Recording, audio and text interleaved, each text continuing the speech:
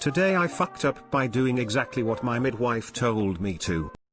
This was not today, but rather 8 years ago when I had my first son. On the morning in question I had some light cramping for a few hours. Called the midwife and she asked, "Can you talk when you have these cramps?" I reply, "Yep, sitting here talking to you." "Cool," she says, "drink water, feet up, and if they don't stop in 2 hours, come on in. I'll check you out." But it sounds like Braxton Hicks, and Terry's a good chance you'll just be sent home to labor. 2 hours pass. Cramps remain relatively unchanged, so we pack up some things to drop off with my mom on the way and head out with me driving. Because obviously, I'm not in labor yet, these just are like period cramps. Annoying but not terrible. Mom is about halfway between me and the hospital, and we drop off the things, but I suddenly realize that I'm having trouble concentrating with these cramps that are now pretty well constant, and maybe I shouldn't be the one operating a motor vehicle. Mom is now driving and we are about 30 minutes out from the hospital. I look over. My mother is doing 50 in a 70 miles per hour zone. I tell her, now is not the time to be doing any less than the speed limit. She floors it. I get to the hospital. I walk in at 11 a.m. Tell the lady I'm pretty sure I'm in labor at this point. Tell hubby that we might still go home.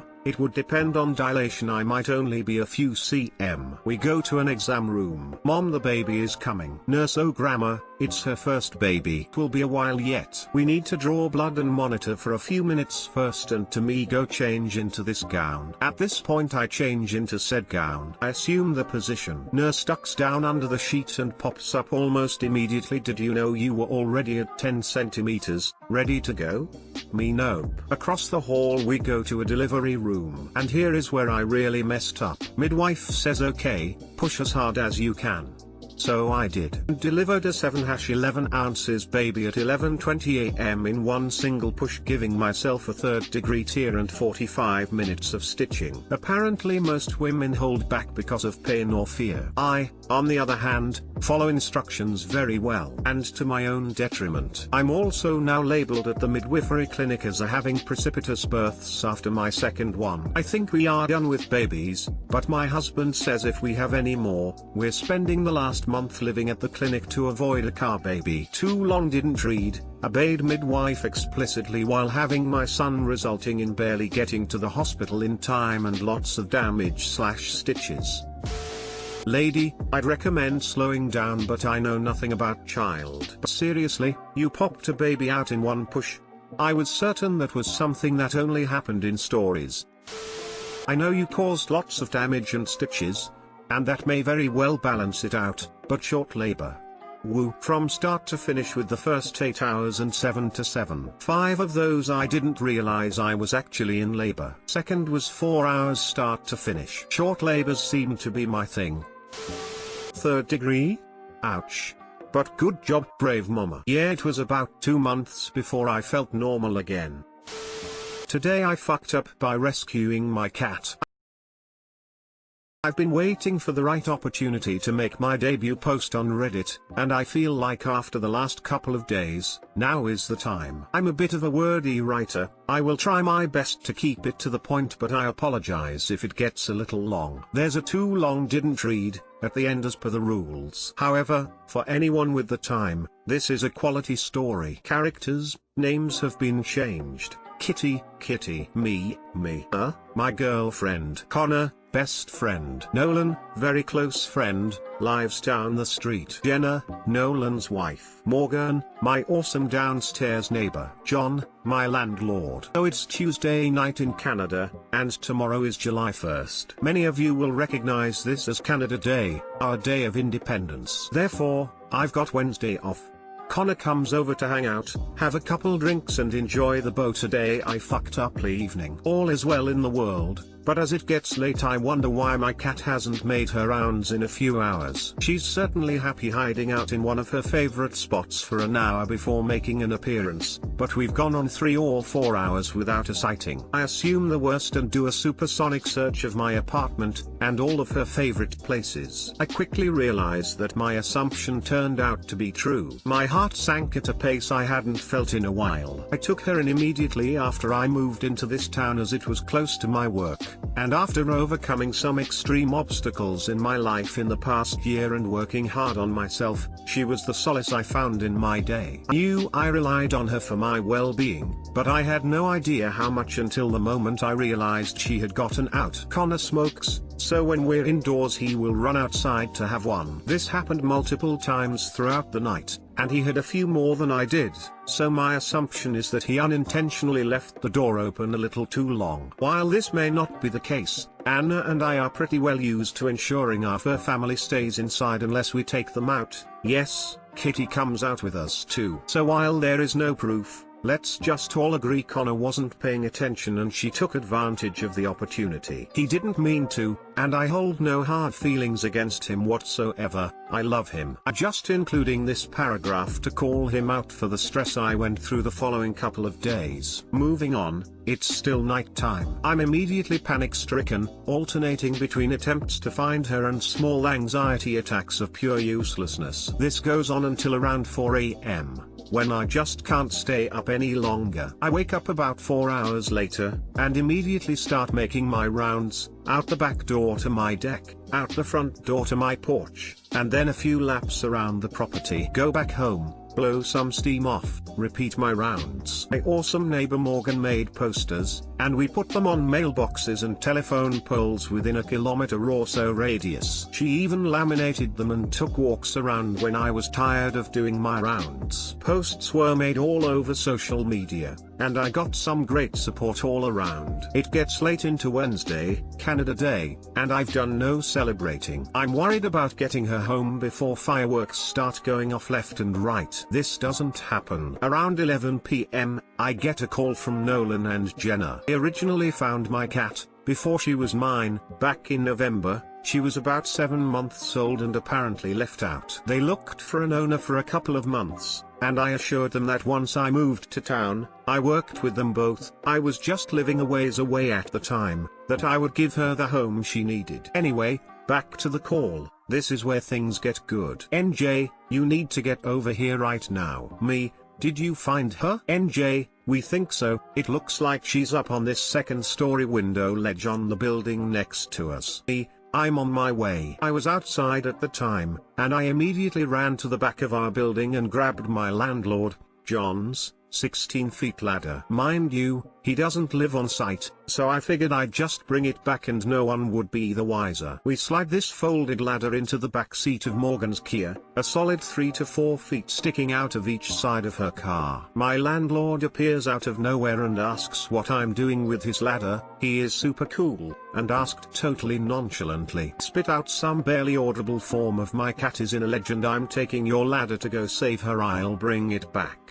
Why don't you just put it on my truck? Awesome. Legal ladder transportation. Let's get moving team. John follows us in his truck, and I arrive at this building to a group of approximately 12 to 15 people, all circled around the corner of the building where my cat is chilling out on a second-story window ledge. The residents of the apartment attached to that window were out of town for at least a week, so they couldn't help. Even worse, their window was cracked open, and when I tried to get up on the first floor awning under the window, she ran right into this apartment. Fuck me. I refused to let this small obstacle keep me from my cat. I pulled that window wide open, and try to pull myself in. I'm 6'5" and around 250 pounds, and the height of the window just wasn't allowing for a self-hoist. I need a boost, but that's dangerous on the ledge at my size, so I boost Morgan into the apartment. She tried to get my cat, but she puts up a fight. The poor girl is stressed out. Thankfully, a nearby neighbor was pet-sitting for the apartment in question,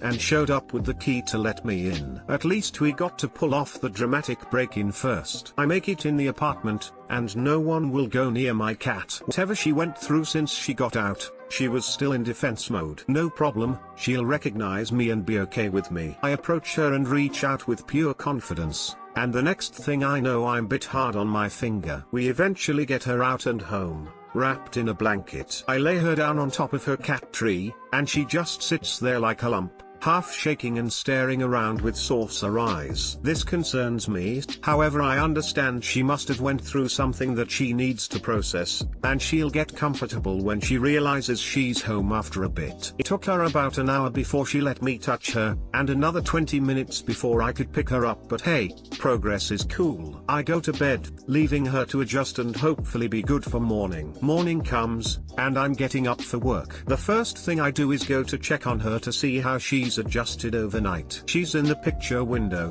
one of her favorite spots. I pick her up and she lets me, however I notice she's still shaky and a little off. Wow, I thought, this poor girl must have really gone through something. I wish I knew what had happened so I had an idea of what she'd faced. This thought is important to remember very shortly. I place her back down on top of her cat tree as I have to get dressed for work. As I do this, I turn around to see Anna opening the back door to put something on our deck. As she opens the back door, Kitty comes flying through it, rockets through our apartment and dives straight into our food bowl. I look at the cat on the cat tree, and back at Kitty stuffing her face just feet away. And in a complete turn of events I realized the eye was the reason my cat was acting like she had just been through some shit, because she had.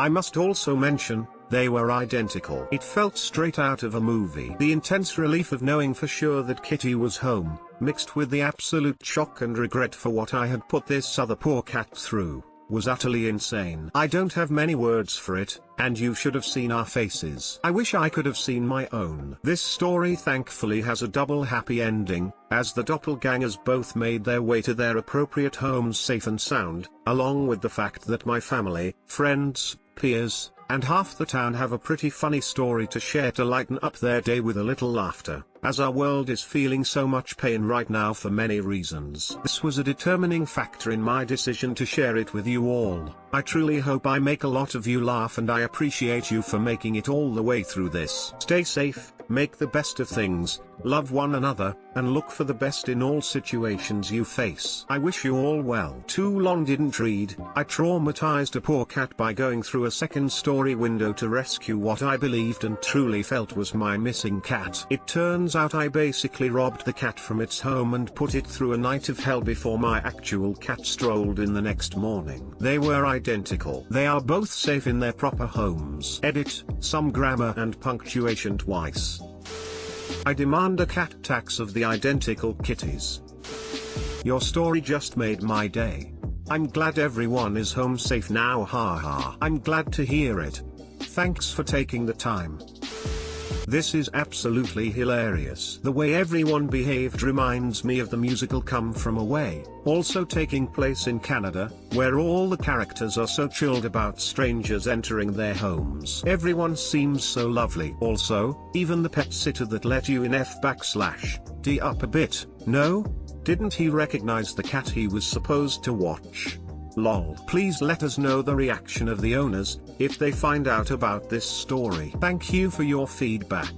If things didn't happen the way they did, I could definitely understand how you'd think the pet sitter screwed up. However, they had 5 cats in there, their cat was never known to climb out on that ledge and could have been hiding anywhere because of the ruckus. Between that, and my pure determination and confidence that she was my cat, she helped me and believed me out of the goodness of her heart. These cats were also identical. I've never seen 2 cats look so alike. What a wild ride, and I will definitely let you know if I catch wind of the owner's reaction. Thanks for your time. Bro, this was the best story I read all day. So glad you enjoyed. Thanks for the feedback. As someone on another post similar to this one said, go to the doctor to make sure that the bite didn't get infected. Thank you for your feedback, you've got a great point. It was on the back burner over the week, however Monday I'll get it looked at. Take care. Today I fucked up by chugging Gatorade. This actually happened yesterday, but I only thought to put it here today. Just wanted to get that out there. I work at a pool as a lifeguard for my summer job, which is probably the only reason I'm still alive. and at the entrance of the pool there's a little building you have to go through to get to the pool. Inside there is a little room where the lifeguards sit when they're not in the chairs. You're allowed to eat / drink / read or whatever you want in your downtime, so I start to eat my lunch. There are 2 other lifeguards in the office with me as I'm eating my lunch. We get pretty bored in the office, so we're always looking for stuff to do. I told the other guards that I could drink all my Gatorade in under 10 seconds. They said yes and they got a timer ready. I start to chug the Gatorade as fast as possible, but this is where shit hits the fan. I have a tendency to laugh pretty easily, usually at the smallest things. One of the lifeguards starts clapping and saying chug, chug, chug. I try not to laugh, but it comes out anyway. A whole bunch of Gatorade goes into my windpipe and I start to cough. I spit out Gatorade all over the floor and make my way to the trash can. I also have a pretty strong gag reflex, so after a few seconds I throw up into the trash can. I thought I would be fine after this, but after it all comes out, I couldn't breathe. I try to burp, which usually helps when you get water / liquid in your windpipe, but nothing happens. Then I realize, I'm choking on my vomit. Signal to the other guards, who were laughing because they had no clue what was actually happening. They asked if I could breathe, and after realizing I couldn't, they got ready to do the Heimlich. One of the guards got behind me and got into position while the other was getting ready to call 911. She gives me 2 chest pumps, and then, a chuck of vomit came flying out. I let out a giant belch and start to be able to breathe. After a few minutes, I was able to breathe well enough and spent the next 10 minutes trying to clear out my throat and nose. I'm so glad that I'm alive and breathing right now thanks to my coworker. She quite literally saved my life. I'm never going to drink red Gatorade again. It's probably for the best. TL, doctor, I tried to chug Gatorade, ended up choking on my own vomit. Coworker had to give me the Heimlich. Wow, glad you're okay. Thanks, I'm glad I'm alive too. I still needed to beat Portal 2. You became the very thing you swore to destroy. It sounds stupid, but asking a person if they can breathe in a situation like this is the first thing you should do. The lifeguards with you obviously listened during first aid training. You didn't just F your day up, did you almost F up your entire life?